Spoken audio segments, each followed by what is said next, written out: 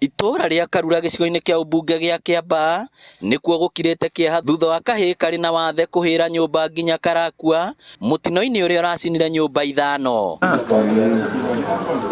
Kahii gaka ni ka miaka 5 na karatigitwo nyumba ni aciari ako hindi ya mutino ucio. Ndani kulikuwa mtoto ambaye ni mlemavu wa kiume, na huyo alipatikana ameunguria, amechomekea huko kabisa. Munini wa cifo wa itura riri ria Karura uria wikirite uhoro uyu mukonde ni uritie aciari kumenyagirira ciana ciao na akamakania gucitigaga nyumba cire woika makiria iria cire na wathe. Kitu naweza uliza wazazi ni wakuwe extra vigilant na vile wanaacha watoto kwa nyumba.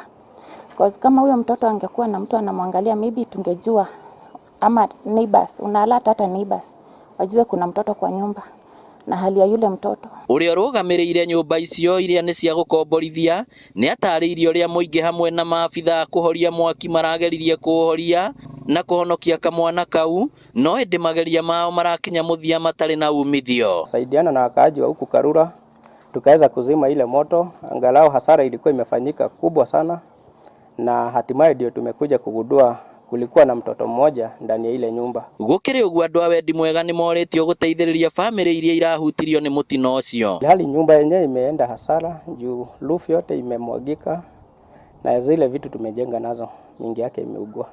Chunguzi imeanza tayari, UCS na timu yake wanaendelea. Ngiribotera Inooro TV, ritwa riakwa ni Victor Kinuthia.